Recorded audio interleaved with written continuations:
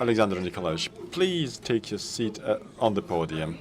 Please bear in mind that we're on a panel. You should behave, otherwise you will not be able to earn any likes from the audience.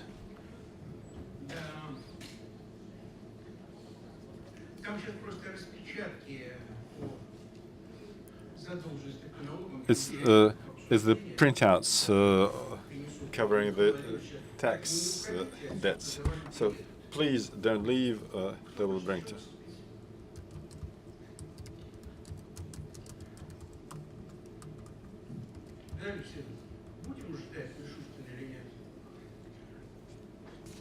Shall we wait for Mishustin?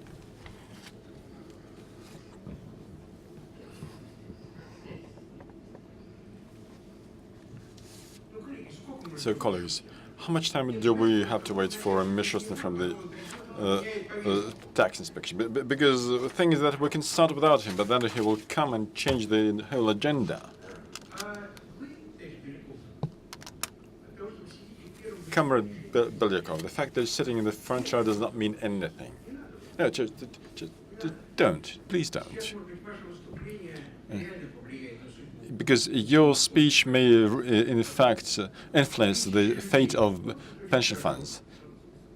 Thousands of people will remain without any pension.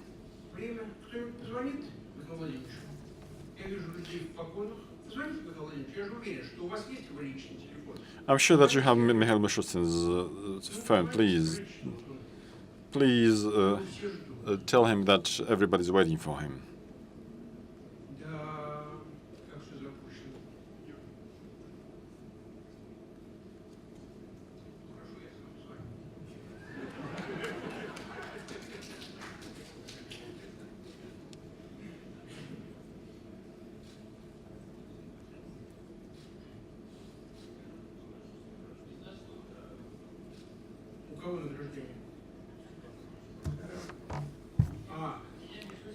We will have this award session now.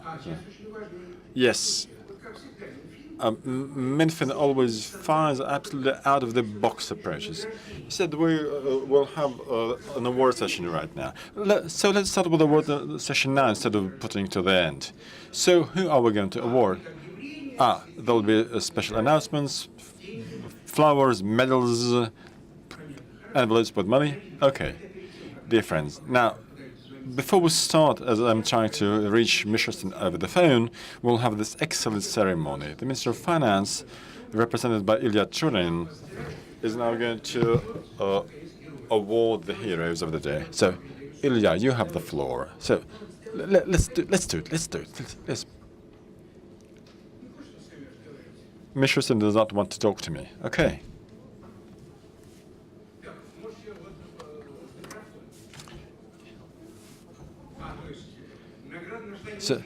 So we have the award, but we don't have the hero. All right. In session 1, we discussed interbudgetary relations. Now we can see why the budgetary relations are in such a bad condition.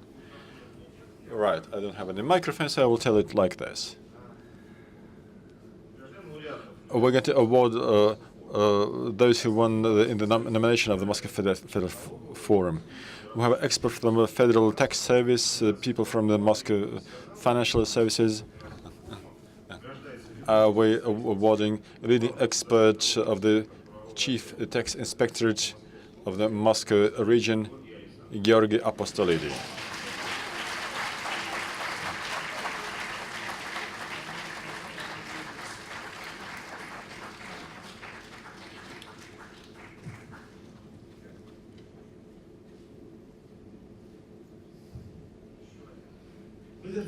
And one more award. Yeah, Georgy, you should keep this photograph.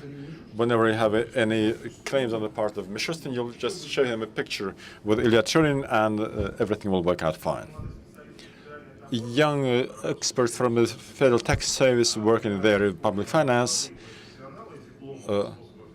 include this person who's awarded by the Moscow Financial Service, chief methodologist of the tax revenues, Diana Matveeva.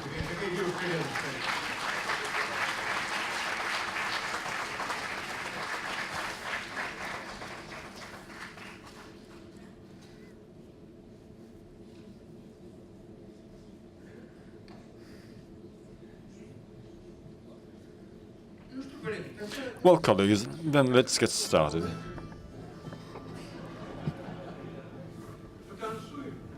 Or maybe we'll have a dance?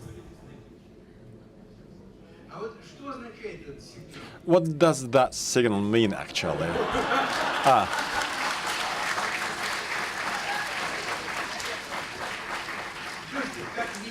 Look, so this shows us how mighty the tax inspection is. So he's entered to the sounds of this music, right?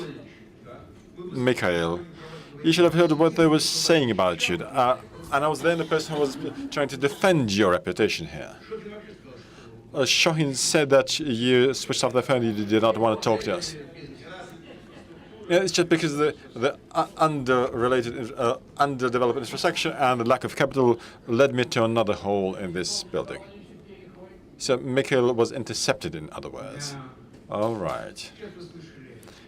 You just heard the reaction to the activity of our tax services on the part of big business, or the trade union or the oligarchs, but also the representative of the scientific community, Vladimir Mao. So now you understand why they train postgraduates like this. Now, from unpleasant things, let's start to discuss what unites all of us, the taxation system.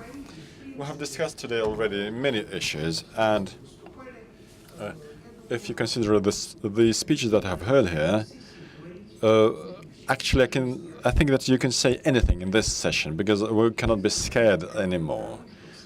The only problem is that Ilya Churin did not listen to my advice, because 1 year ago I said, if you want to discuss tax policy seriously, then we should invite to this whole representatives of the law enforcement agencies as well, because otherwise this investment climate and tax policy will not be able to would not be considered properly and across the board.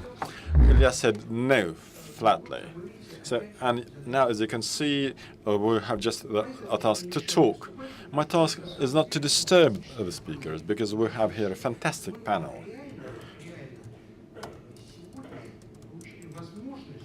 Because we now have an opportunity to draw an interim board to analyze the order that President gave us 1 year ago, because he said that, yeah, 2017 will be the year when we need to discuss what fine-tuning the tax system of Russia needs.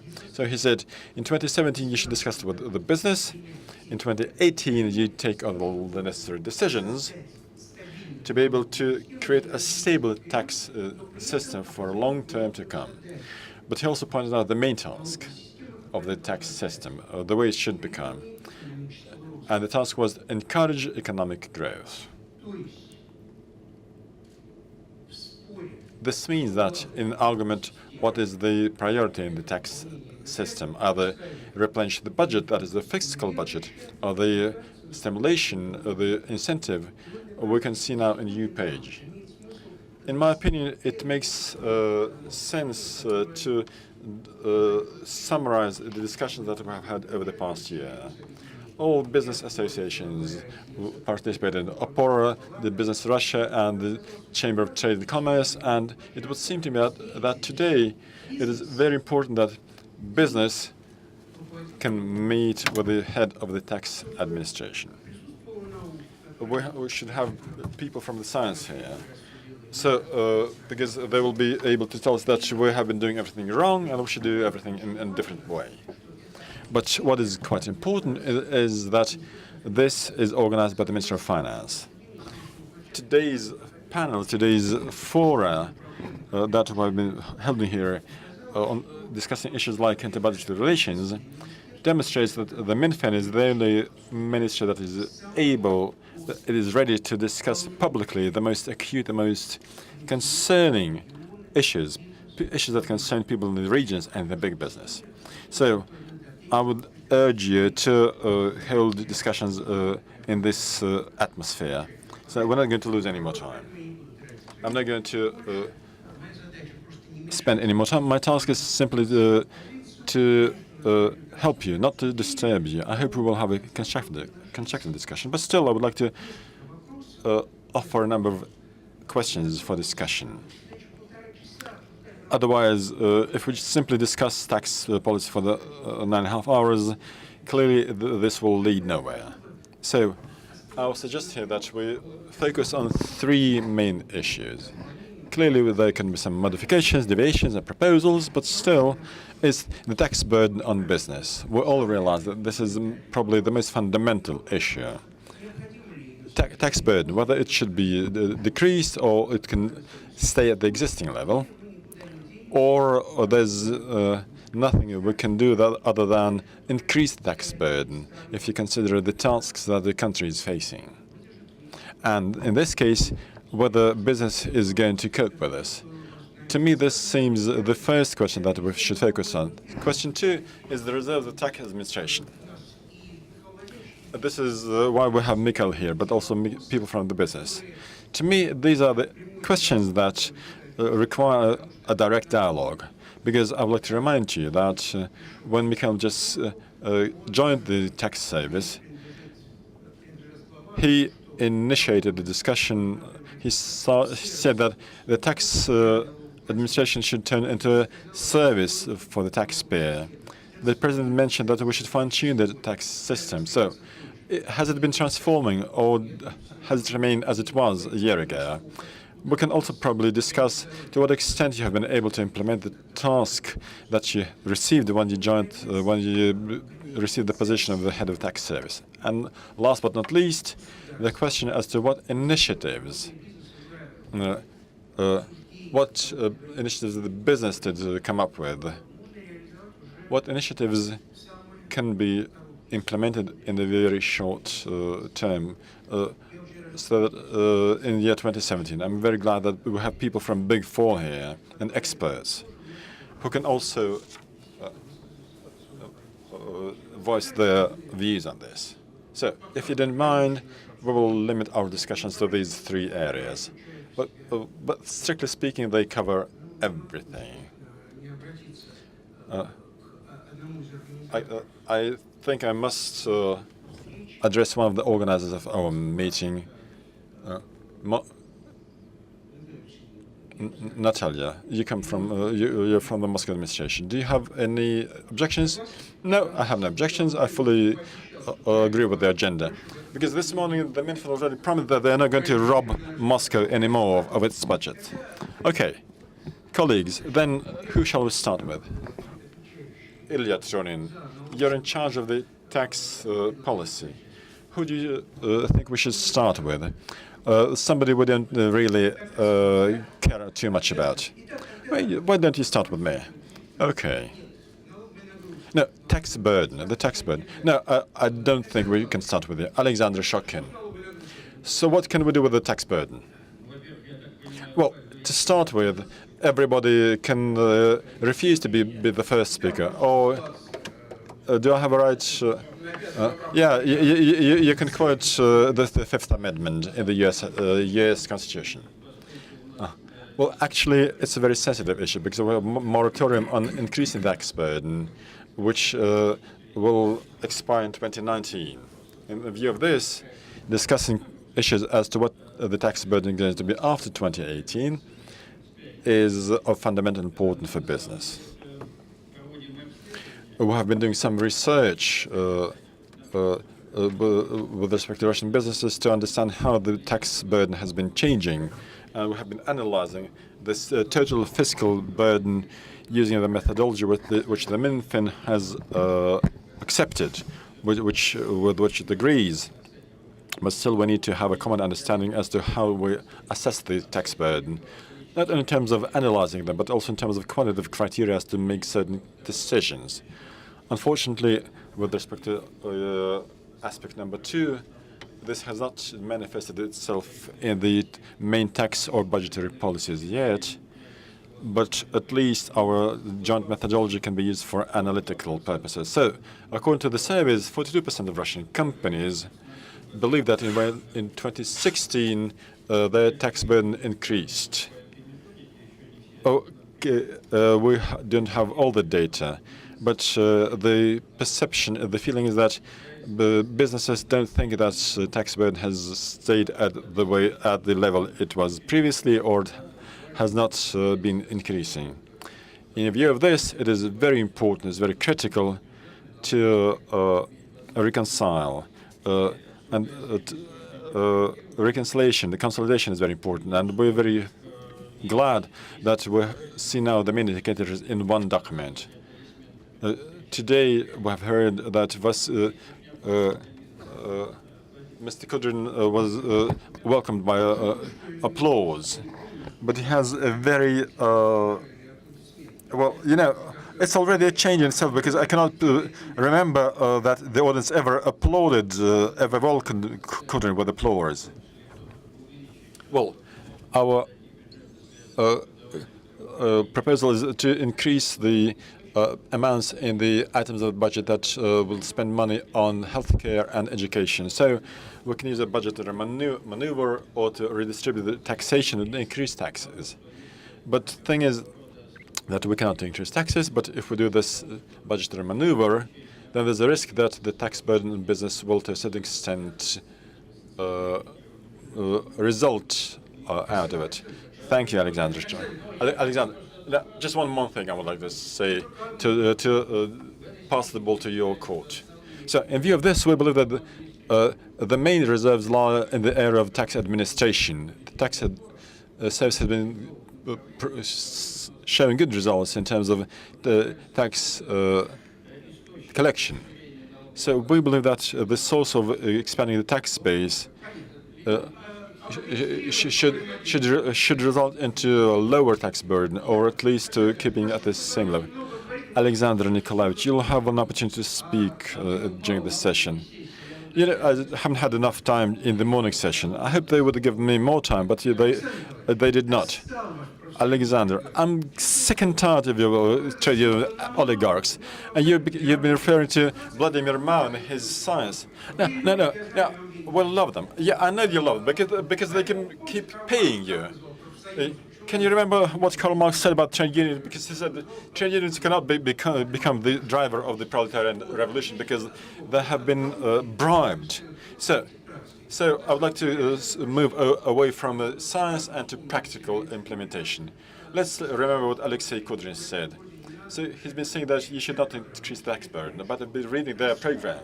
So expenditure for the year 2019, 34%, if memory serves, 34% for 2019. That's what his program says. Whereas we can see that the law on the budget that we're going to that we adopted last year, and included years 2017, 18, 19, the figure for 2019 was 31.6%. So we can say whether Alexei Kudrin wants to increase the tax burden or he does not want it. But in his program, he suggests that it should be increased by 2.5 percentage points. So here I would like to hear about your position, Ilya Tronin. What does the Minfin think about it? Because if we ask business will say no, there's no way you can decrease it anymore. But what is your approach? You have been shaping the policy. In your opinion, can we do without increasing taxes, or there's no way? Yes, Andrei, thank you very much for asking this. Yeah, in my opinion, you should formulate the question like this. Do we need to increase taxes? It all depends on the rates.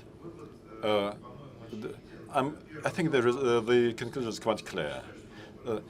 Businesses believe that tax burden has already grown. So this is a purely subjective opinion because there are various taxes for various companies, there are various taxation regimes, etc. But secondly, this second thing that was mentioned, that business is quite worried about growing expenditure. This means that this will result in growing taxes because tax burden depends on other factors. But thirdly, and most importantly in this discussion, is that taxes directly affect business, the economic activity in the country.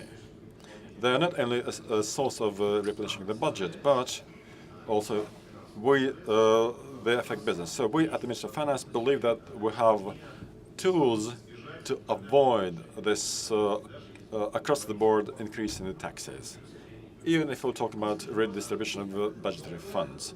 Just a second. Wait a second, please. You mentioned this. Could you please clarify what you're saying when you're talking about across-the-board increase?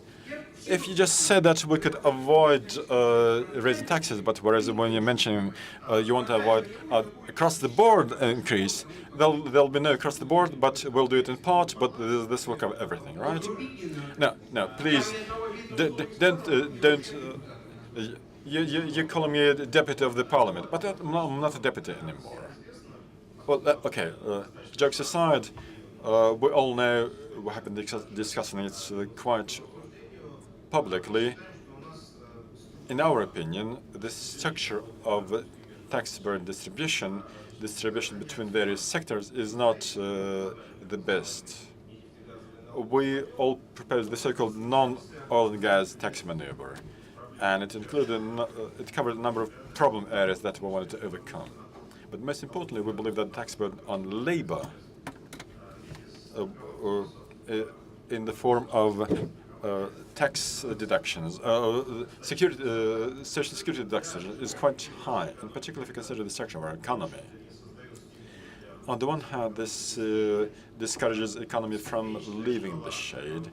We have a stepwise social security deduction scale. It's also quite complicated. It could be simplified. But since we do need to keep up the level of budgetary expenditure, we proposed to compensate. You explained that you could go both ways, but you're a person who's responsible for tax policy. So, Gordon this morning said that the Minfin was not going to confiscate anything else from the Moscow budget. Do you want me to say that we're not going to take anything from the Moscow budget? Right. No. What I'm trying to say is that I wanted want you to tell us, we believe that you should not raise the taxes, or you tell us in very simple words that you're going to raise the taxes. So we believe that raising tax burden as the general level of taxes is not reasonable at the moment, but a tax reform should have certain areas. On the one hand, we need to decrease taxes on labor, but it should be compensated by increasing taxes on the added value. Again, we have been looking in accordance with the President's decree into various areas. Maybe we will not increase the taxes. Maybe we will find out that economically this is not viable. But so far, we're sure that this step, which will result into lower social security deductions, is reasonable. Do I understand you correctly? If there's no tax maneuver, then this 2.5% will be unavoidable, which Kundry has been proposing. If we make decisions that will result into high expenditure without any high economic growth, then clearly we'll have to increase taxes, or we'll have to increase the budget deficit. Can I ask for another mic, please? Yes, could you please give it to Mikhail Olrolov? Mikhail, you were involved in organizing this poll of the businesses established in the State Parliament, State Duma. The first proposals we have been hearing already, it's draft laws. So one of your groups dealt with increasing tax burden. So what does business think about it? The businesses clearly had a very clear opinion. They did not want any increase in tax burden. But what questions the work group raised was, what is tax burden as such? We use the term fiscal burden, not tax burden, because business believes that it's not just about deductions, but also about mandatory non-tax payments. This is also another burden which should be taken into account. So, one, business is saying that at the moment, it is not the best time to raise the tax burden. And two, when we're discussing the fiscal burden, we should mean A, non-tax burden, non-tax payments, and we should regulate them as well. And B, if we were not going to increase the tax burden, this implies that we should not only increase the tax rate, but we should also not expand the tax base. I would like to remind you that Siluanov, in the parliamentary hearings last year in October, said what Alexander Shokhin has just repeated, that we are not going to increase the tax burden, but the increase in budgetary expenditure will be compensated by tax administration. And 2 weeks later, a new draft law was proposed to the state parliament, which restricted the right on losses and increased the fines. What is it if it's not increasing tax burden? Look, what did I give you the floor for? What I'm trying to say is that we need to agree on the terms. If we're saying that we're not increasing tax burden, but increasing tax base, this will also mean increasing the tax burden. Dear friends, the reason I gave the floor to KPMG out of the Big Four, because Orlov is also a representative of the expert council sitting at state parliament. I thought that the person would start by extending his thanks to the government, to the state parliament, to all of us. Now I simply am forced to ask people from other Big Four. You do not live up to my expectations. Okay, then I have to ask someone from the science sector. Vladimir Mao. Question to you. You know, we're experiencing a very interesting situation. As soon as the president said we should fine-tune the taxation system, we started working on it. No, you started working on it, and we started to try and interpret what the president meant when he was referring to the fine-tuning. Did that mean a fundamental change in the targets, or did we have to stick with the targets that existed at that time, but we had to do something else? So, like Alexei said, we should increase the tax burden. Business is against it. So, I want to understand whether we need to raise the quality of medical service. Do we need to improve the education? Yes, we do. But then we keep getting requests. Give us money for medicine, for education. The only source of this money is business. But I have never seen any proposals which would imply changing the quality of management, quality of medical service. So I'm under the impression that even if we increase loads on business, on other sources, the quality of the education will remain as it is. This raises the question: do we really have to do it? Does it pay? So increasing the tax burden, what is it about? Do we need to do it? Can we do it without it? Thank you very much. So what you're driving me to say is that when you start interpreting the president's words, is a common approach. Well, it's a classical phrase, and any classical phrase is the object to be interpreted. Did you say that what Marx was saying is very strong because it is true? It is correct. You know, it's no reason to discuss taxes. Well, in income policy, without expenditure policy, no need to discuss. No reason to discuss. I do not understand. I fail to understand the question, how much do we need? I do understand what kind of functions the state should perform. We can spend any amount of money. Well, to solve the economic growth problems through the increasing of tax burden, I don't think we should do this. Siluanov, this last June, during the parliamentary hearing, said a very important thing. The most important source of our growth has to do with the monetary policy, with the decrease of refinancing rate. I'm not talking about mechanical approach, but unlike in the West, unlike the situation in the West, where they have very low deflation or inflation, and we say that inflation is linked to rather expensive debt. And I believe that optimizing our expenditures and pushing forward our growth through cheaper credits, it's a rather more natural process. This is the difference between us and the logic of monetary policy.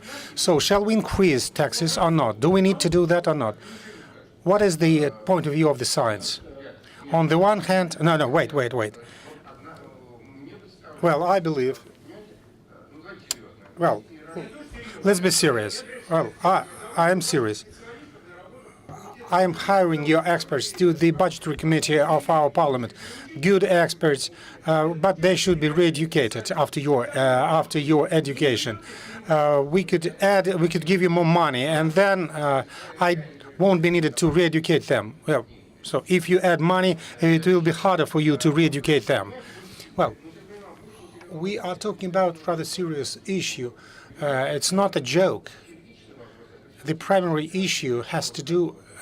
It has nothing to do with the income growth, revenue growth, or tax burden growth, but we are talking about structure of budgetary expenditures. If we add more money, nothing will change for better. It will change for worse.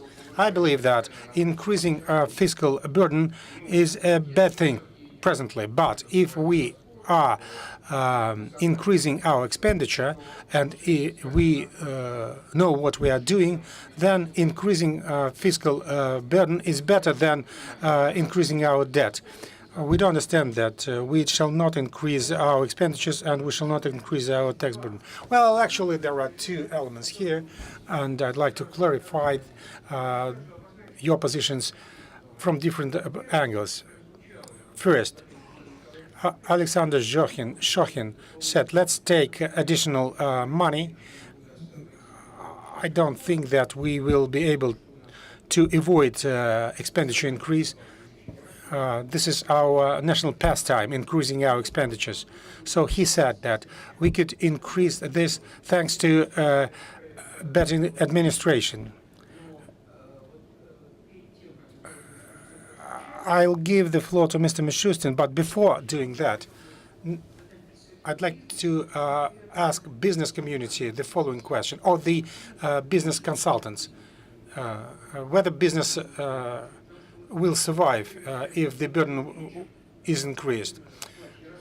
We constantly saying that we will not survive if the burden increases, but we survive, we manage to survive. So the tax collection is increasing, salaries are going down in real term, but the income tax is increasing at the same time. The tax collection goes ahead of economic growth rate, economic growth. This is the administration elements. Where are the reserves of such administration? Any kind of reserve could be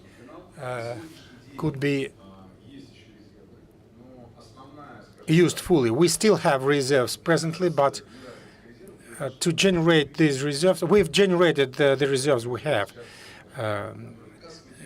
We are talking about different techniques and toolboxes. Well, now about tax burden, not fiscal burden, but tax burden. Regional, local, and federal taxes which a company is paying. Why we are saying about increasing or decreasing of tax burden? It has to do not only with rates, but it has to do with administration. We should compare tax burden with economic activities types. It's better to compare than just to declare. And what I'm saying is that if we compare economic types of activities, of companies, then we will understand where the burden is lowest. For example, we've decreased 3 times in relation to one-day companies.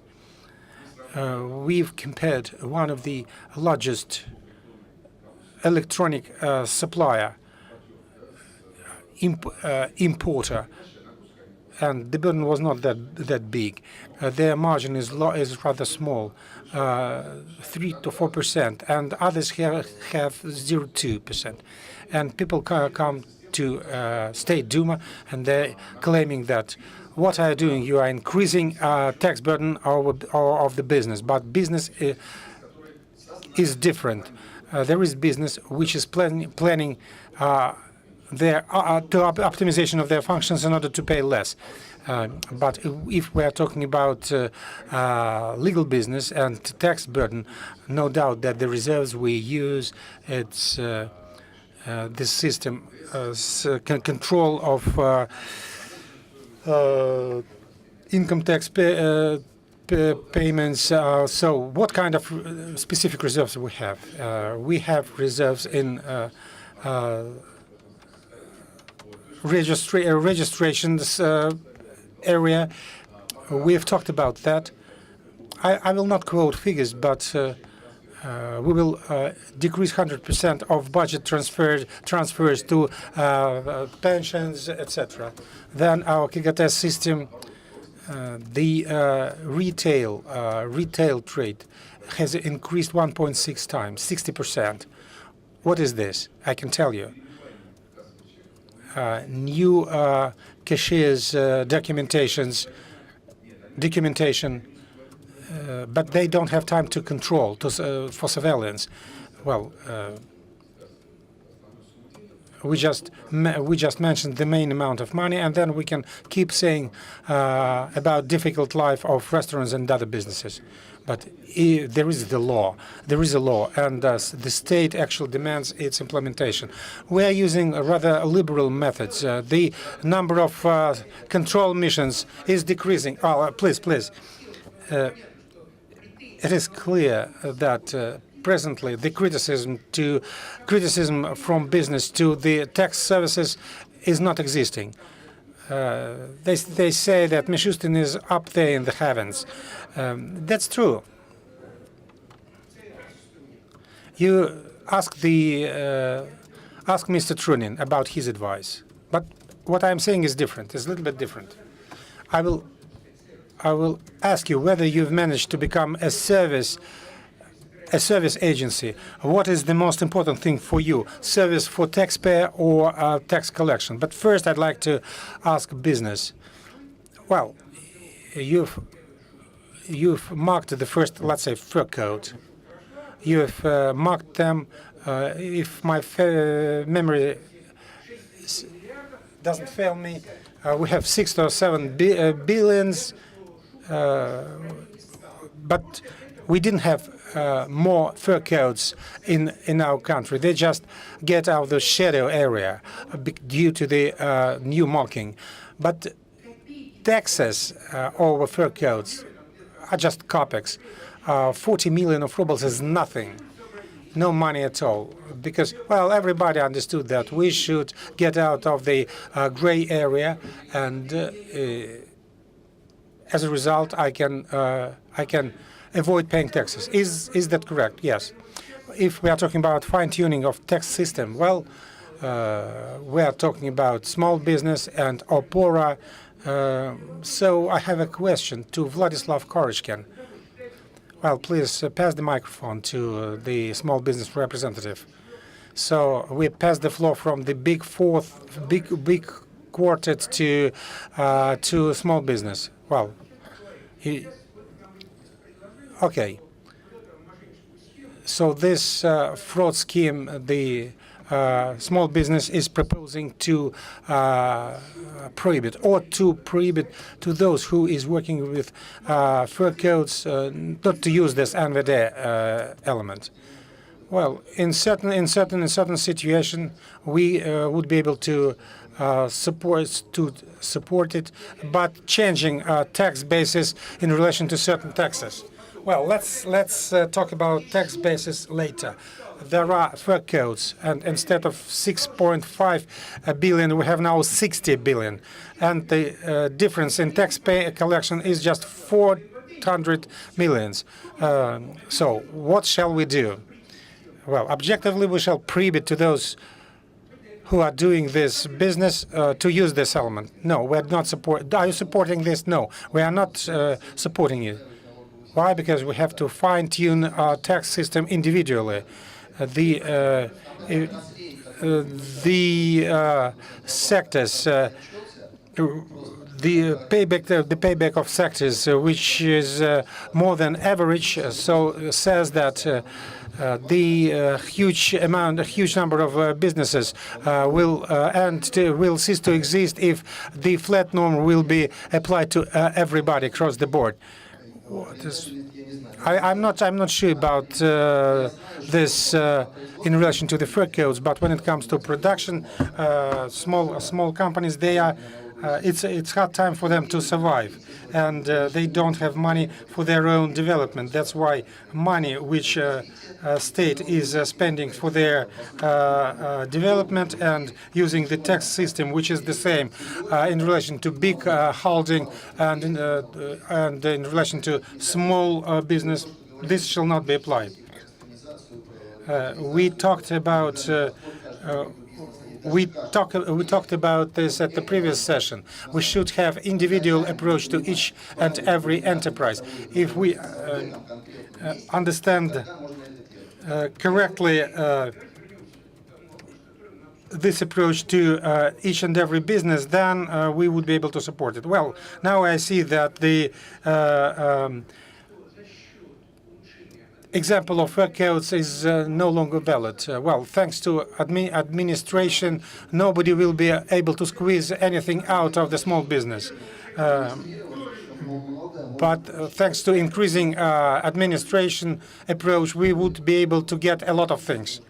What kind of figures you should use in order to evaluate the export of energy from Russia? Customs? No, I believe that the data of importing countries should be used. Those beautiful figures, which could allow us to decrease tax burden over small business. I'm talking about general tax system, but well, you are talking about a small business. Out of 1.5 billion of companies which could be used the simplified tax system, what we had last year is 600,000. So we had 4.7% of this rate. It's the most. It's the lowest simply and the simplified tax approach. I don't want to argue with small business. Out of 1,000 companies, 0.4% of tax burden in relation to small business. Why? Because we do not verify it. It's only in case of very serious schemes. So talking about the fact that we have a rather high tax burden over a small business is not correct. You are talking about fiscal burden, payments and bribes to bureaucrats. So we have to combat bribes, reducing our tax burden. Well, the result of new marking should be the increase of tax burden over small business. Well, we used to have 6 billion, now we have 60 billion. 54 billion was not known to us. So we took our decision together with you in a rather non-transparent system. New taxes allows us to understand how the economy is functioning, and taking into account new technologies, we could take other different decisions, and they could be different, not based on former elements. So using new equipment, including cashier's equipment, and probably in the future we will get rid of cash money, and we'll be using only bank software. So the small business will be able to pay business online. So we are talking about our ills and about our problems. Okay, I do agree with you. Fur codes are not the most needed article. well, we have 54 billions of additional fur coats. Well, why not tax them? I'll come back to you later. So I'd like to give the floor to the partner of Ernst & Young. What can you tell us? You represent different kind of clients, big clients mainly, but from the tax burden point of view, the position of your clients. Do we have possibility to increase tax burden, or is it possible to redistribute them? As it was said, the main problem today is the high burden over the labor payment fund. Well, good afternoon, colleagues. Due to my profession, I mainly deal with big business. And first and foremost, we are discussing international taxation system. And from this point of view, we've noticed a leap forward in our country recently, and in the legislation point of view and implementation of laws. Now we are administering concepts which we didn't administer 15 or 20 years ago, and the image of Russia vis-à-vis international markets has improved. I don't have statistics, but I believe that here we're talking about preventive measures. But from my client's point of view, there is certain degree of preoccupation, and there is a sense that the threat of additional taxes do exist, and this preoccupation is there. Why? All your clients, I do know them. They keep saying that the tax agency is working perfectly, everything is fine. So what are the roots of this preoccupation? Why they are preoccupied? Because of what? Because of what? Well, I'd like to mention a few elements, although it's not the full list. We are talking about digitalization. On the one hand. On the other hand, the concepts which are introduced now, they are very complicated. It's like rocket science. Marina Sergeyevna, please. I have the feeling that you are preparing your report for a big client. The more pages, the more you got money. The more money you got. So could you say just in so many words that my clients are preoccupied because of that, this, that, or that? You won't be paid for your presentation. So, during talking about administration, the right to get revenue, to get income, it's not clear how it will work in different situations. Rates are huge when it comes to revenue, and the clients are preoccupied. They have a lot of money in this flow, cash money flow. So, tax burden. This is the reason of their preoccupation. So, if the burden is increased, they will pay anyway. So, as Vyacheslav mentioned, in general, the rates didn't increase, but the situation is different. 5 years ago, the rates were low. Now they're high. Business is saying they didn't tell us anything about this, and the tax agency says, "Why shall we tell you this beforehand?" Oh, so we shall point the blaming finger to Mr. Mishustin. Look, Mikhail, question to you.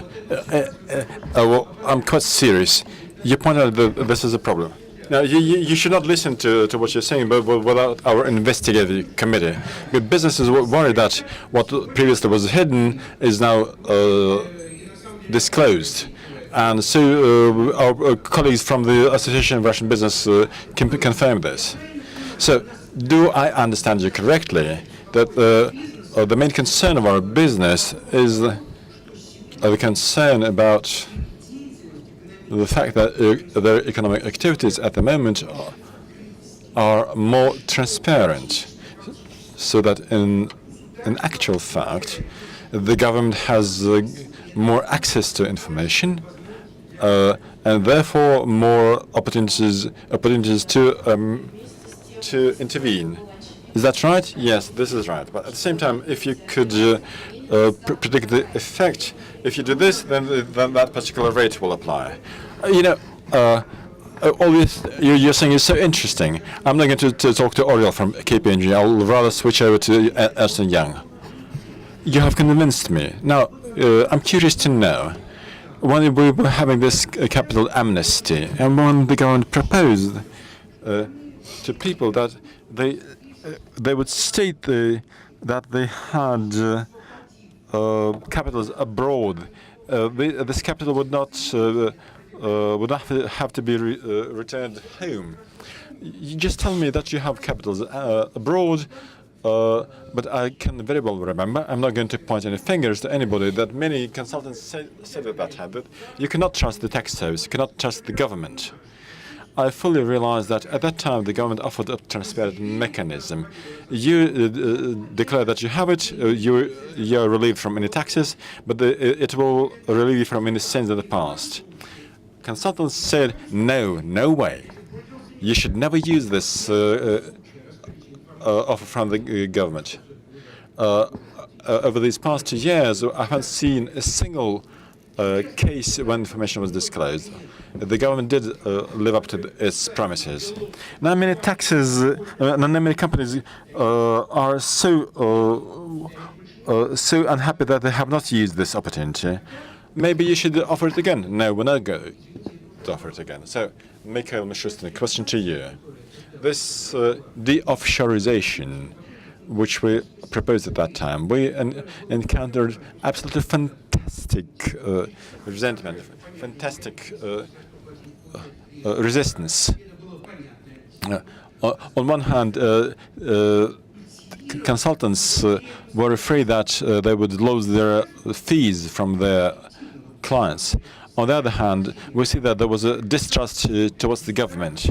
So even now, we're not quite sure how the government is going to behave in a particular situation. So, in your opinion, how does that look? Thank you. All these fundamental issues related to the concept of taxation are quite relevant to Russia. But you consultants taught us about the authorization and very sensitive taxation issues, abuse of right to. Well, I have been hearing from everybody that the law that Andrei Makarov has offered on right abuse is an absolute nightmare. So, right after the collegium, we said that we can also use pinpoint activities. Nobody is going to use it across the board. But these concepts, which are in the OECD Convention and which are adopted worldwide, have been applied in Russia in a very liberal manner, very soft manner. But before I answer the question of the de-offshorization, I'll just say a few words. Yeah, okay. We haven't seen a single case when information was leaked. We stopped automating this process. You simply dropped the declaration in a box. That was the only way you could do this. Now, about the global concept. Things that we should be afraid of. Something you should clearly consult your clients on. If anybody has some sort of trust, and if this account is arrested tomorrow morning in London, then the only way to get it back is to use this common report standard. And we're going to join this agreement in the very near future. Some correspondents say that we need to enter into 82 agreements now, with failing to understand it's just a new form of information, because we have been exchanging information with countries already. It's simply a mechanism, a new regime, which will allow other tax services to arrest accounts and to arrest people, even Russian residents, or you can call them trusts. And then only the tax service will be able to prove whether this belongs to a Russian resident. So, in short, this is a very important tool that you need to use to be able to protect yourselves from the claims of a foreign tax administration, because in countries abroad, this is a severe crime. I know many people, they've been telling me that they've been facing claims abroad. There's no way they could do about it. But unfortunately, this financial illiteracy, lack of financial culture, has resulted in many problems for some of our tax evaders. Okay, now I'm going to ask a question to a person who knows everything about tax culture. Frank Schauf, what are you going to tell us about what we're discussing here? What do European businesses, which you're representing here, care about? What are their concerns? Russian businesses are afraid of their own government. Are your businesses afraid of the Russian government or of your own government? It's hard to tell, because I think you need to talk to particular businesses from various countries. But talking about what's going on in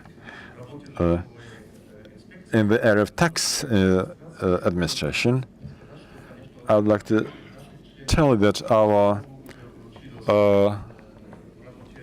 a lot has improved in the operation of tax administration. It is now much more efficient, much more transparent than it used to be several years ago. In the past 2 or 3 years, we have seen cases where the tax service has been intervening into business decisions of companies. I can give you 2 examples here, 2 cases. For instance, we have various companies that in the past 2 or 3 years had to take loans from their foreign headquarters. And they paid interest according to the existing annual rates. But then all of a sudden the tax service said that was illegal. Frankly, we fail to understand why this is illegal, because it's a global practice with international companies. I could provide another case where all of a sudden the tax service said that payments from subsidiaries to their mother companies for the services that they've been getting from abroad are illegal too, and they cannot be included in the tax base calculation. To us, it's a demonstration of cases where the existing taxation practices are changed. I fully realize that the government needs taxes, but still, this is a case where the existing international practices are changed for the benefit of the tax service, and the companies fail to understand on what grounds this is done, in particular if you consider that the laws have not changed. But before you answer this, do tax services in their countries have a different policy with respect to Russian companies working there? Their policies are much stricter, but then their policies towards their companies are also quite strict with respect to capitalization and subsidiaries. But is it a subsidiary? Where's the profit center? I know what you're talking about. I had 4 cases. I encourage you that we meet. Let us exchange contacts. We're in good contact. We will look at it from the OECD point of view, and we'll explain everything to you. Okay, colleagues, very good. I find that at least this forum is serving as a mediation platform. Now let's look at where we have opportunities for growth. We have been referring to the problems of the federal budget, but the problems of regional budgets, local budgets are even greater, and the revenues, they have many more problems with the revenues. They don't have any reserve funds. Unfortunately, they don't have any gold reserves. So I would like to ask you to tell me, to show me how the regional budgets are faring. Could you please show the last slide? It's slide number 2. Next slide, please. Yes, that's right. If you would have a look at it. Look here. Our regions have been implementing quite a reasonable policy in terms of revenues and expenditure. These are shown by the red and the blue lines. So everything seems fine. But now look at the green line, the debt level. The level of debt, the level of lending that the regions need, borrowing that the regions need to be able to comply with their obligations before the citizens. Clearly, this green line cannot go any higher because it's going to strike the ceiling very soon. So we need to do something. We need to find additional revenues. Where can we find them in the regions? So here, when we talk about the tax system, Ilya Tronin, this is a question to you, but I would like to hear Natalia Serogorina from Moscow government here too. Could you please show slide number 1? So first slide number 1. These are the tax benefits. Benefits on taxes paid to the regional and local budgets from the regional taxes. So benefits, 482 billion. This is what we agreed on. This is what we agreed on from the federal level. This is their budget. This is their authority.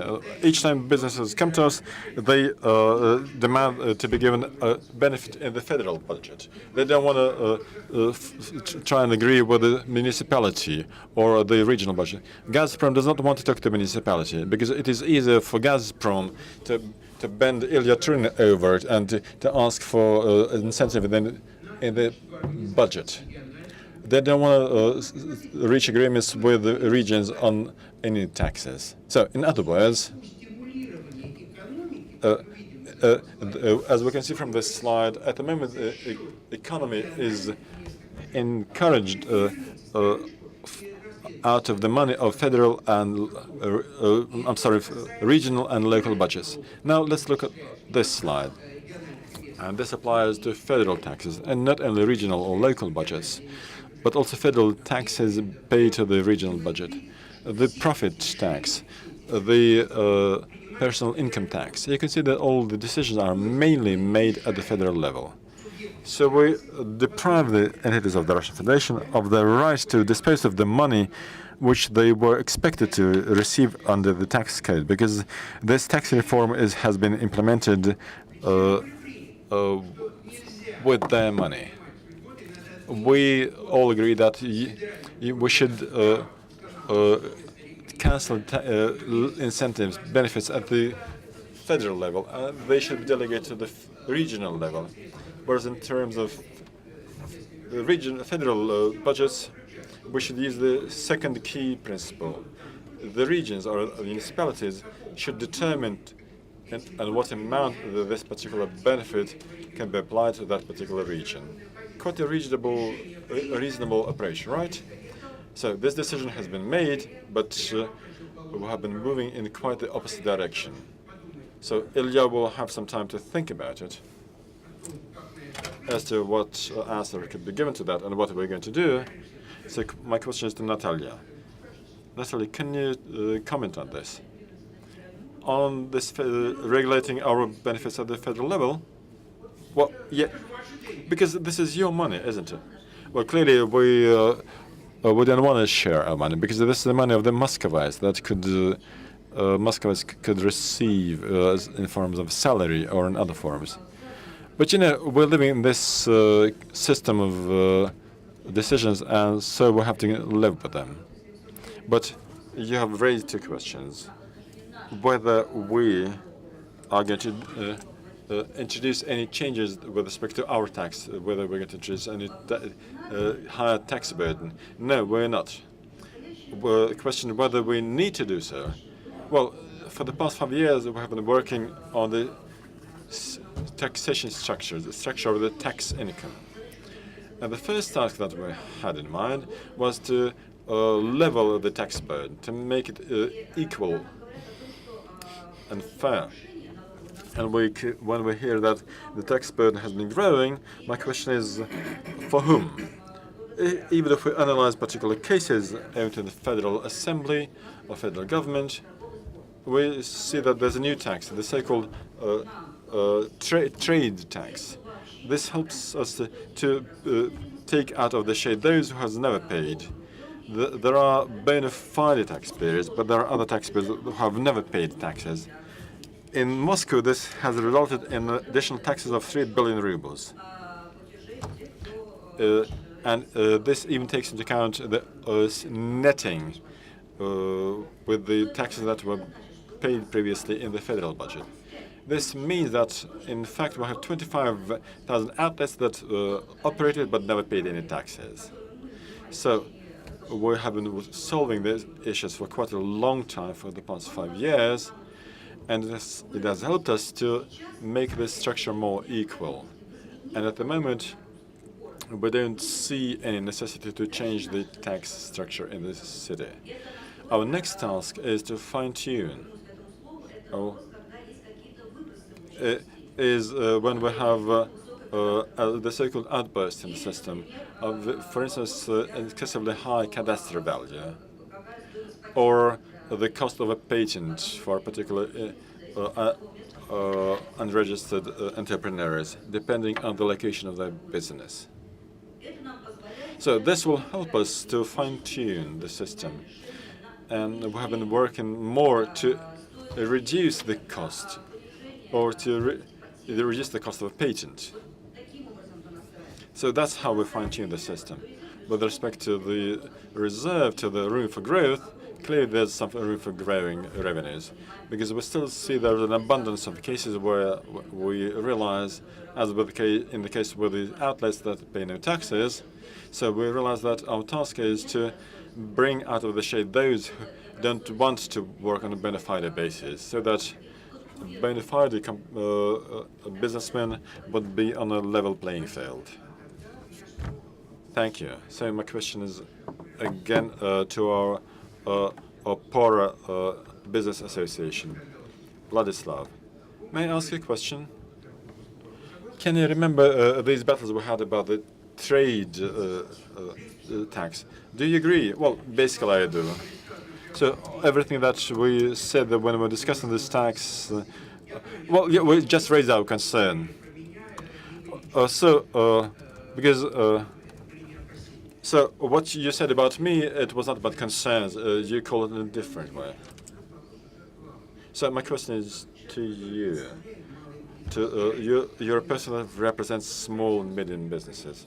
Natalia is quite right when she says that this 3 billion ruble increase by introducing sales tax is simply nothing if you look at Moscow.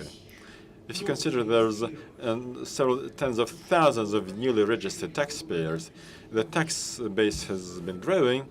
Therefore, those who has left the shadow economy and started to pay back taxes, well, I think businesses should be the first ones to support this.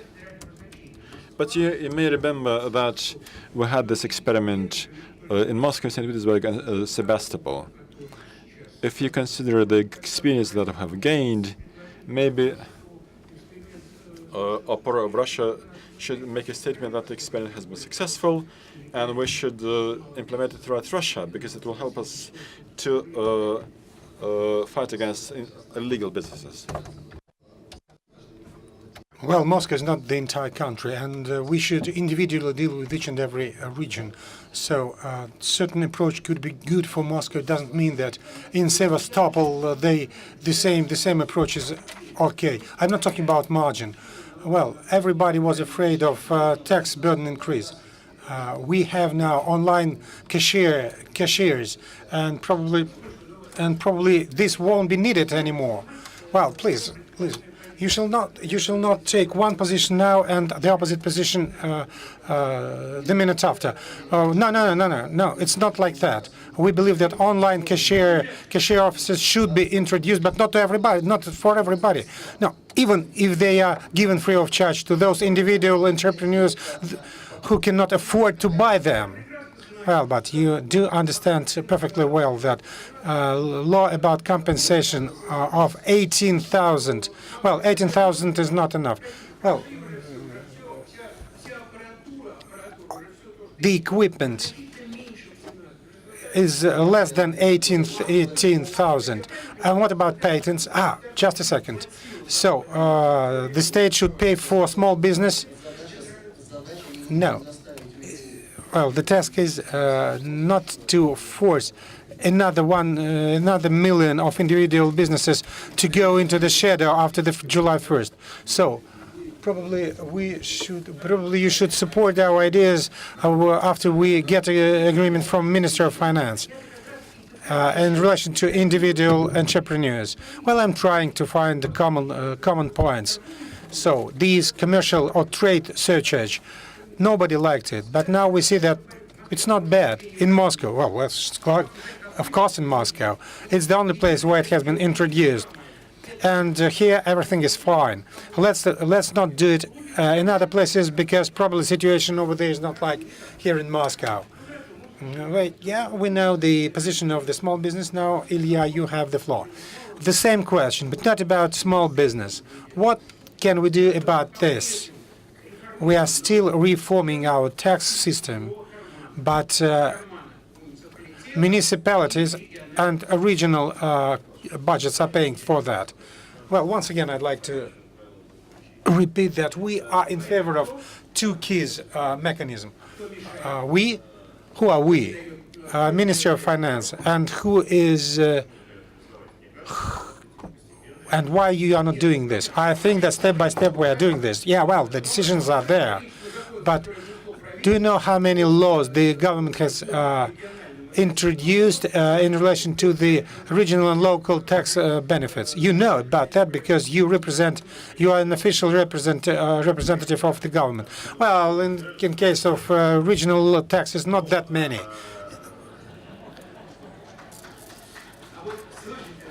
Wow, really, this is the high class.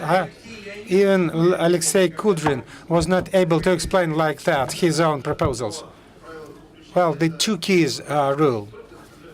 This is a good rule not only from the budgetary point of view. It increases responsibility. I just came back from the from Vladivostok Economic Forum, and we talked about using RIPs, TORs in relation to free port of Vladivostok. And business used to say, let's do it in a federal fashion because regions they put forward different requirements for business development.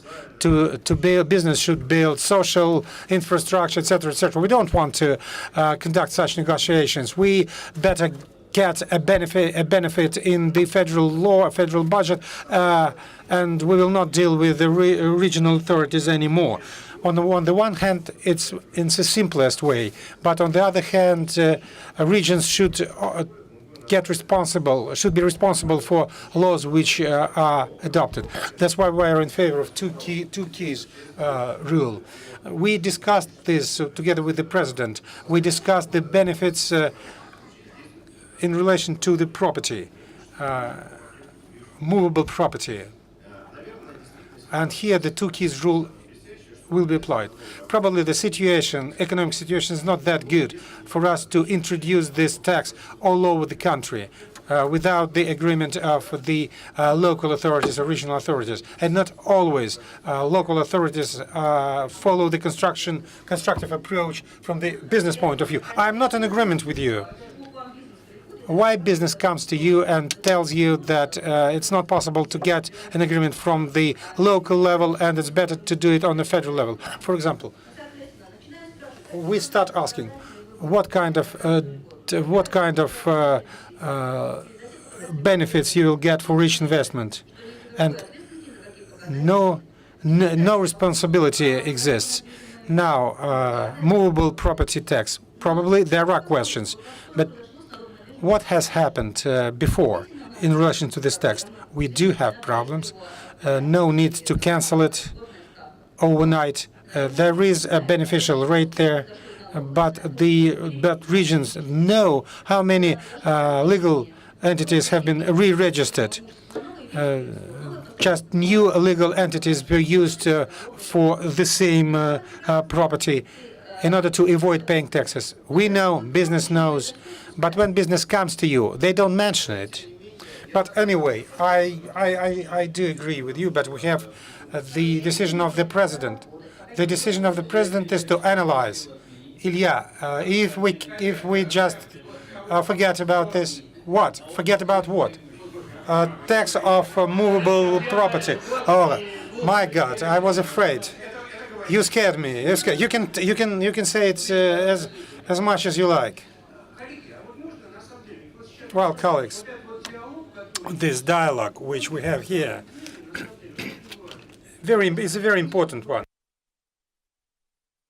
If we keep saying that the federal level determines the tax policy, and if you want to solve problems mentioned by the president, if you like to develop new functions and add it to the tax system, but we should pay for this, not anybody else. When we proposed local and regional tax benefits based on the money which are given to regional and local budgets, actually we thought that the participants of this negotiation should be regions and business. They should get into agreement about benefits in the territory of this specific region. And then they are real participants of negotiating process. If these decisions are taken here in Ministry of Finance or anywhere else, then in reality the participants are no longer regions and no longer business, because their opinion is no longer important. About it's the access. It's the issue. It's the question about who has access. Well, I believe that now we are entering a new stage. But I believe that if we talk about business benefits, so these benefits should be discussed by business with those who gives money. If we are talking about federal money, then with you. If regional money, then with regional authorities. If municipal money, with municipalities. And then everybody will have its responsibility. If not, then nobody is responsible for anything. Talking about movable property, we do remember how it appeared.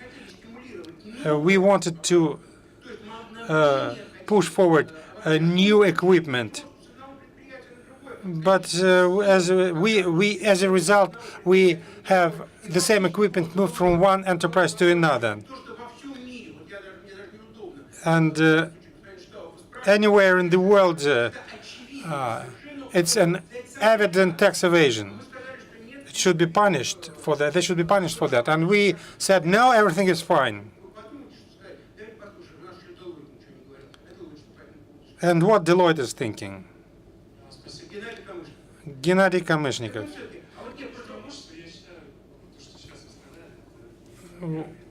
What you've said is not correct. I'll tell you why. But first, I'd like to thank the government and the parliament. Thanks God. Well, nobody is paying taxes for movables. But there are individual tax systems in each and every country. We used to have a property tax. Just wait. When we said that we wanted to push forward the new equipment, we should be freed of taxes, and everything was covered by this initiative. Everything, starting from equipment left by Napoleon in 1812, and now nobody pays taxes for this equipment. But no, there should be no such tax. Sorry, I'm sorry. Why? There is a very famous case. I don't know whether they are your clients or everybody is their clients. One of the hotels, which had a lot of equipment, and it was recognized as movables. And after that, they went to the court, and well, let's define what does it mean, movable or movable or not movable, or property. There are no common principles in the world. There are control principles there is tax law, etc., but each and every country has its own individual tax system. And I'm not sure that we can say here that let's follow the principles of other countries. Shall I move? Shall I make one step backwards? One of the reserves. We keep proposing this for 3 years already. We have clients, and we have persons who would like to be tax residents. Well, 140, 160 days. That's initiative tax residency. Those who are staying here 180 days must do this. If less, then it should choose.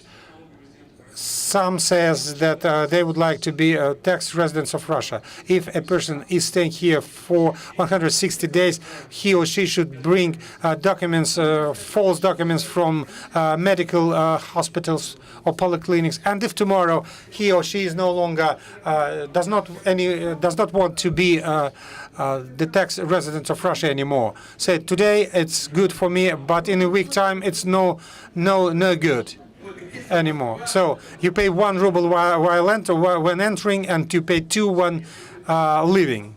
So if we one day have Moscow tax residency, then probably, well, why not? It's a reasonable idea. I'm not sure whether we could become a tax resident just sending our request to the authorities, but is there such a system in other countries that you can become a tax resident just sending your request? Switzerland, Cyprus.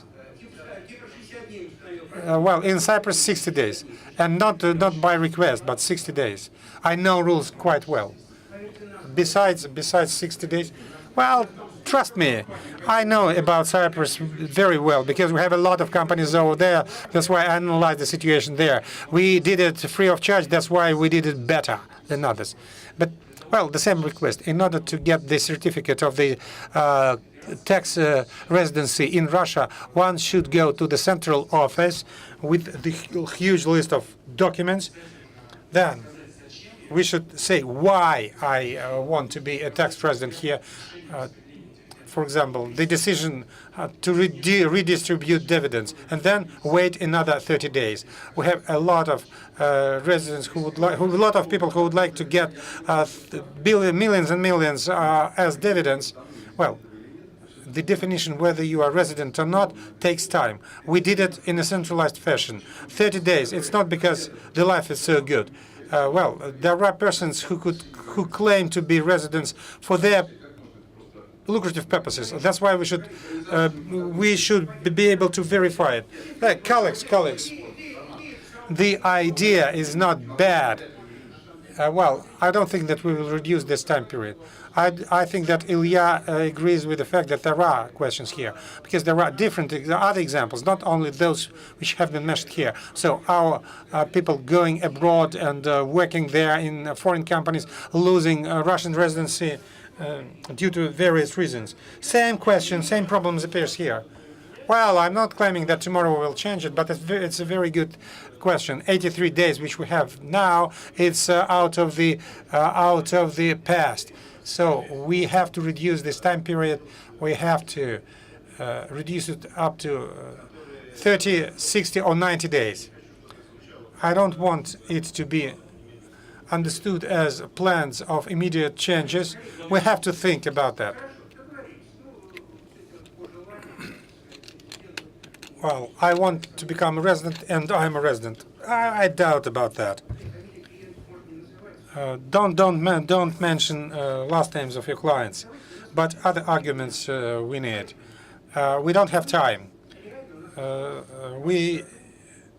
What we have less than 4 months till the end of the year, and this is the time given to us by the president to fine-tune the tax system. So, intermediate result. what is the proposal of the business and what could be done in favor of business. Now, this year, without global decisions, what we are going to do with the VAT, etc. Just enumerate. Well, there is a huge list. That's why even 3 hours are not enough just to name them. A lot of proposals of business are now part of the agenda of parliamentary hearings, and few of these proposals have been reflected in the draft law proposed by Deputy Makarov. You probably heard about him. Makarov, draft law and Makarov. We're talking about other things now. The most important proposals.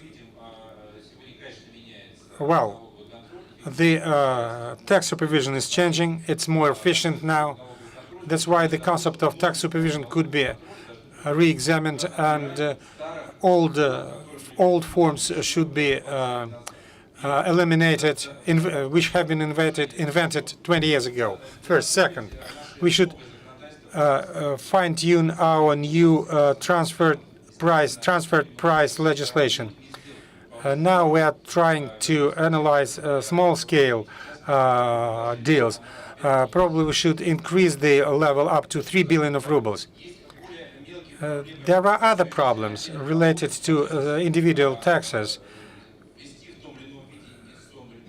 To introduce investment benefit, to push forward this activity, to get rid of taxing of efficient profit.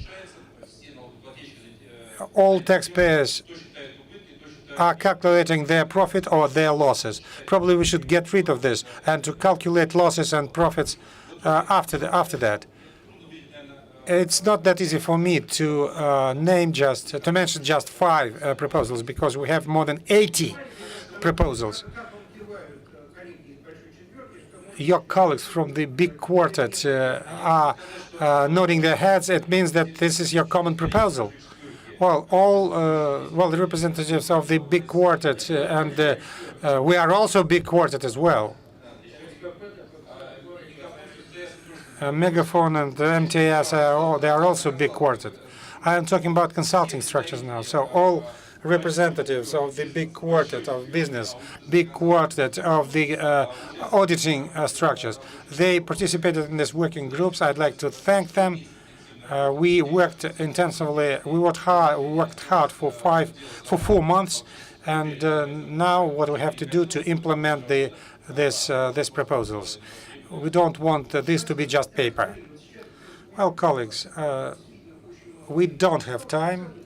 Alexander, how do you see our task? We are coming to the end of this year. What are the priorities?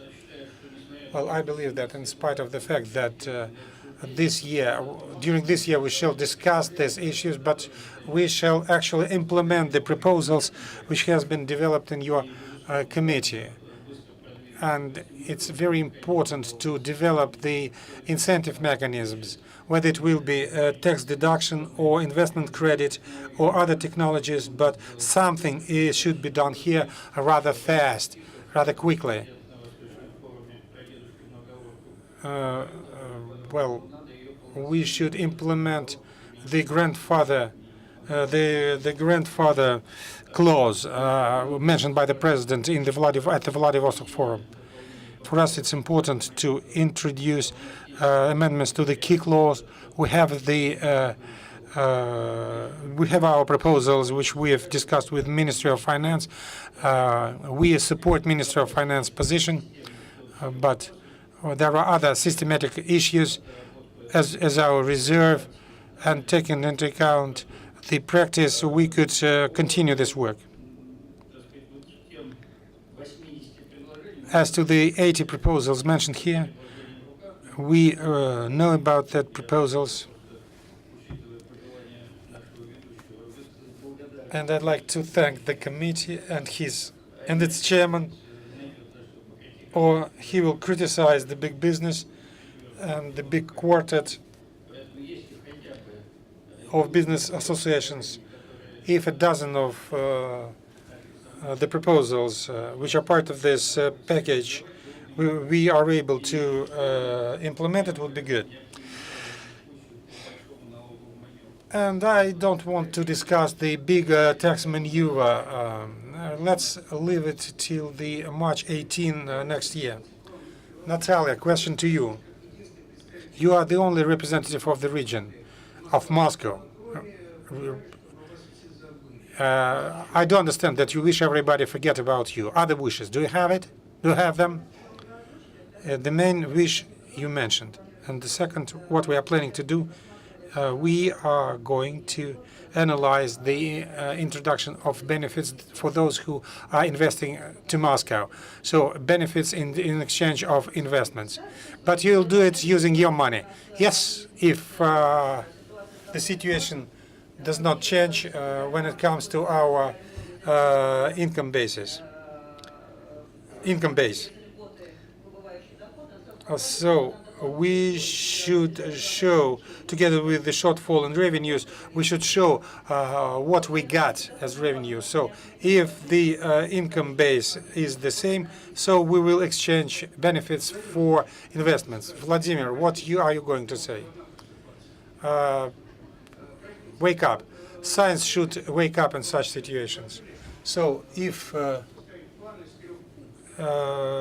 you have to develop plan of 3 paragraphs, what are you going to say? I have 5 paragraphs. First, sustainability. Our tax system is not that bad. It's rather good. Well, just leave it. Just leave this system. So, as taxpayers say, the best thing which we could get is the state when the state forgets about us. So no need to discuss incomes without expenditures. Third, indirect taxes should be of more priority vis-a-vis direct taxes. Limitation of labor taxation, because this could push forward the generation of new employment, high-quality employment. And 2 more. The right to make mistakes, it's a very important thing. Mistakes shall not be viewed as a crime. This morning we talked about administration. I believe that one of the most important problem is not to change rules and practice. What was a common practice in the past, now it is viewed as a criminal act. What was possible before is not possible now. So Andrei keeps talking about that, and this is important. Inadmissibility of tax decisions at one level, which could affect the tax decisions at another level. Mikhail, not what you like to see. I don't want to involve federal service into politics. You mean tax politics? No, politics in general. So neutrality of tax service. This is a very important thing. You can say what the taxpayers should expect in the nearest future, what tax service could propose, and what shall they aim at. So I wanted to say this at the beginning. The move of goods and services are much more important than the flows of money. They are covering operations of taxpayers. Our system is rather deep. All transactions today are transparent from the capital flow point of view and service and goods flow point of view. It means that in the nearest future, the transparency of the capital flow and of service flow and goods flow is the reality, including retail trade. So we now understand the classification of these flows, and we can use economic methods to analyze this. Why I'm saying this? Today we shall be ready for the situation when all model agreements will be applied in Russia. It means that risks of big quartets, we can discuss them. We are ready for cooperative compliance or special relations with those who are opening here.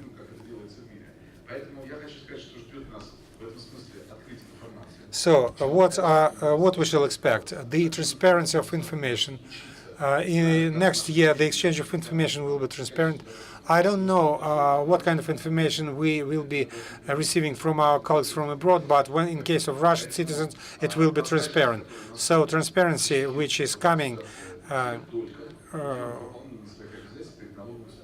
will be possible only when all of us will comply with our tax obligations, and it will help us.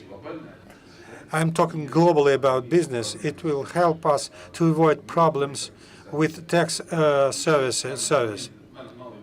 And now, small business. I do respect small business, but we should improve where we keep improving. Well, registration of legal entities, no problems here. I'm not talking about that because I'm part of tax service. We don't have this problem. We don't have a problem of taxation of small business. If you are not satisfied with 6%, but it's not the problem. You know, the fiscal burden is the problem, and restaurant didn't pay taxes because they pay bribes. I came to them, I showed my ID, and I explained them everything. And you saved on your lunch, huh? But it's not the problem. Tax administration is not the problem. And we can talk about small business. Well, and tax service will be present in all gadgets and everywhere. We will not notice us, and everything will be in compliance. People will get used to that. That's it.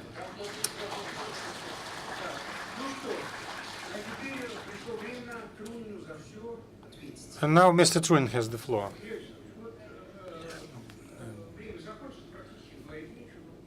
No time left. Just to say that you are sorry. Me being a lawyer, well, if you say that you are sorry, then your prison term will be larger, but your responsibility will be less. All these proposals is a huge step forward, and Ministry of Finance participated in this discussion together with business and expert community. And now we are not discussing ideas, but draft laws. And the majority of what has been proposed could become a law during this fall parliamentary session. We discussed it with you. It's an important step. But what Mikhail Yurevich mentioned, what other colleagues mentioned, well, the parliamentary hearings are over.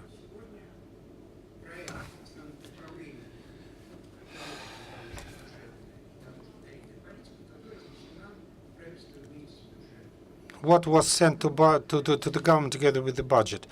Tax politics.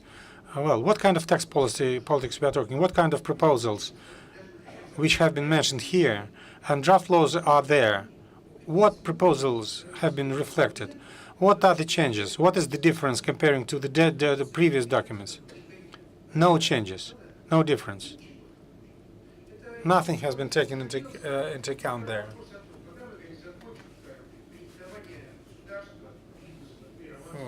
When we stop crediting of the state by business?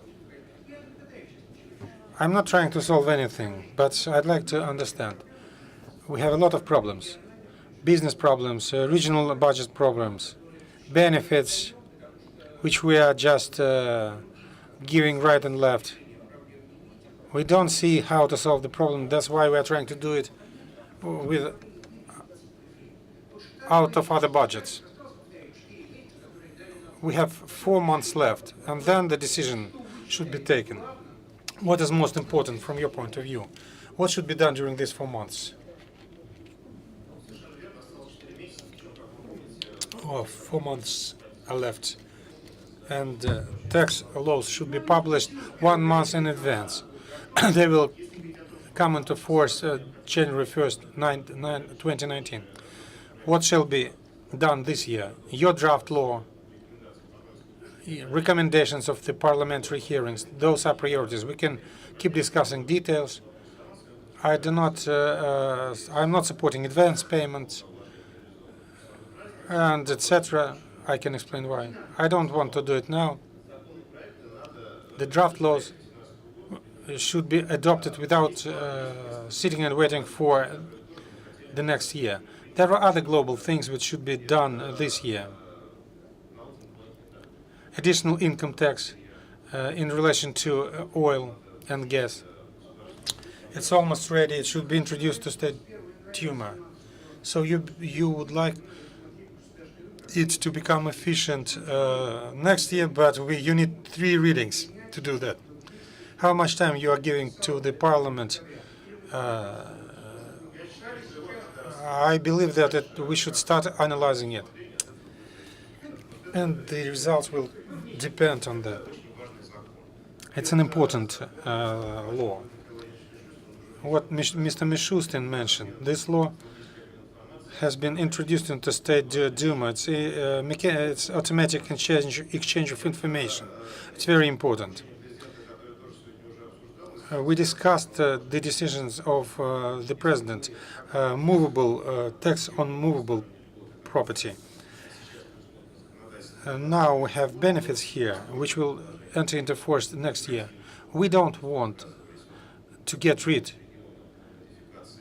of the modification of the possibility to modify the movable tax, but for us it's important to avoid taxing new equipment, new investments. That's why we propose to think about tax deduction, same like we have in case of income tax. So we could do it in case of companies' property tax. So we should take into account investments, and we should compensate the regions the shortfall in revenues. But it's better than to get rid of taxes. 150 billion of rubles, 320. No, it's less than that. But nobody pays taxes, this tax. So there are a lot of other laws which have been introduced into Duma. It's well, but I'd like to understand your approach. Here we're talking about international tax standards. Mikhail mentions model codes, model agreements. I get the documents where our international obligations are reflected. I compare English text with Russian text, and I compare how these documents have been adopted in other countries. Well, there are countries which actually adopted what had been proposed. Others did less than what was proposed, and they said that, well, we will do differently. And in our case, we just did what is not mentioned in these documents.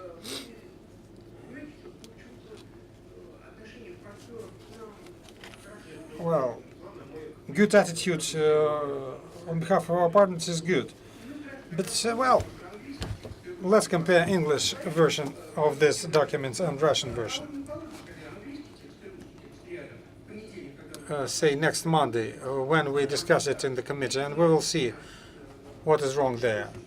If it's a bad translation, I will agree with that. I'm flexible. So, once again, where are we moving to? Mishustin is doing a lot, and we have new opportunities now. Services to taxpayers, but what we are doing now, we are doing in order to increase the tax budget revenues. But it's increase of administrative burden over business. You are checking just 1/10 of these small businesses, but we have more than 2,000 different forms of reports. Why do we need these reports? Why do we need these tax inspections for those who are paying 6%? They should not have any problems. What kind of tax inspection we are talking about? Just 6% is deducted, and that's it. Push the button, and that's it. And that's it. And that's it with the tax inspection. We have new opportunities, but we don't use this. We use this opportunity only to improve our budget.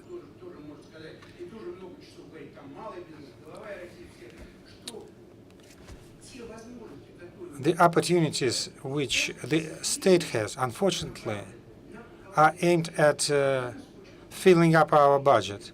And the business is waiting for other moves. Yes, tax service is doing better. Are we going to do something here? Frankly saying, I don't know the raison d'etre of your statement. Well, the tax policy is that if you are not in prison, it's not it's not because of you, it's because of us doing nothing. It's not the Mishustin problem, it's not Ministry of Finance problem.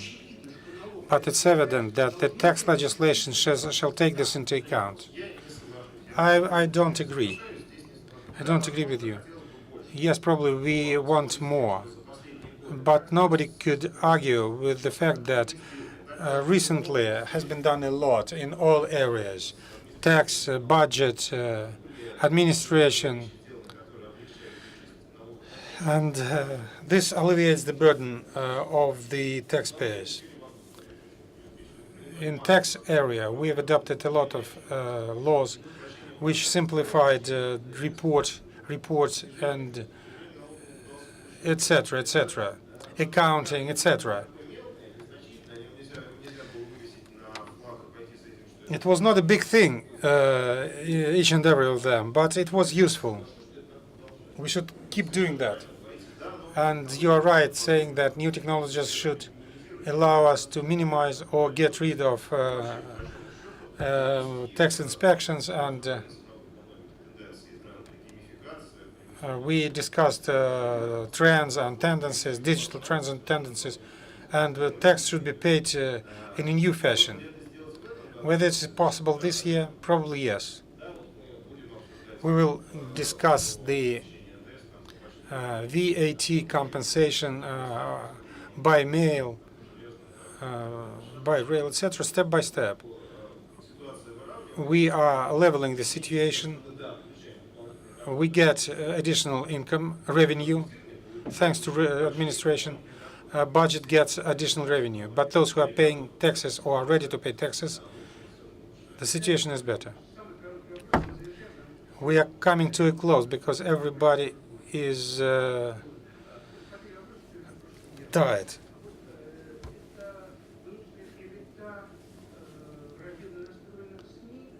Is it the press?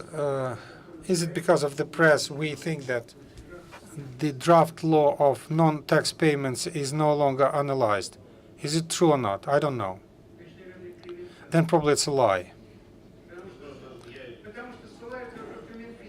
Because they claim that Ministry of Finance revoked it. Ministry of Finance reacts to that, and you actually didn't react because probably you were busy. I am responsible for tax laws. Non-tax laws, I am not responsible. It will be introduced.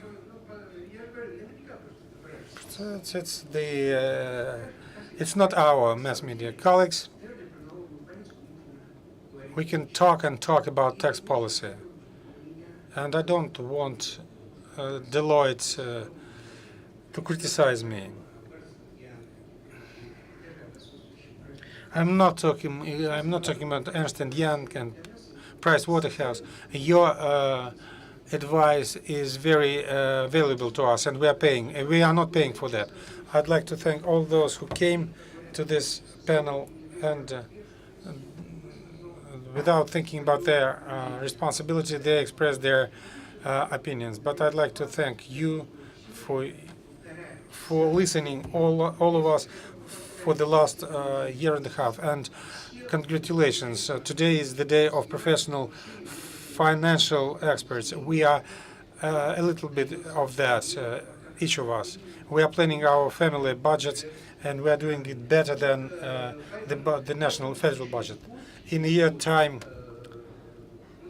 we will see each other again here, but only the Ministry of Finance now is ready to discuss openly difficult budgetary or tax problems.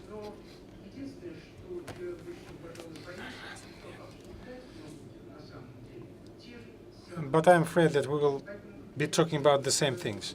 So I'd like to repeat my proposal, morning proposals. Let's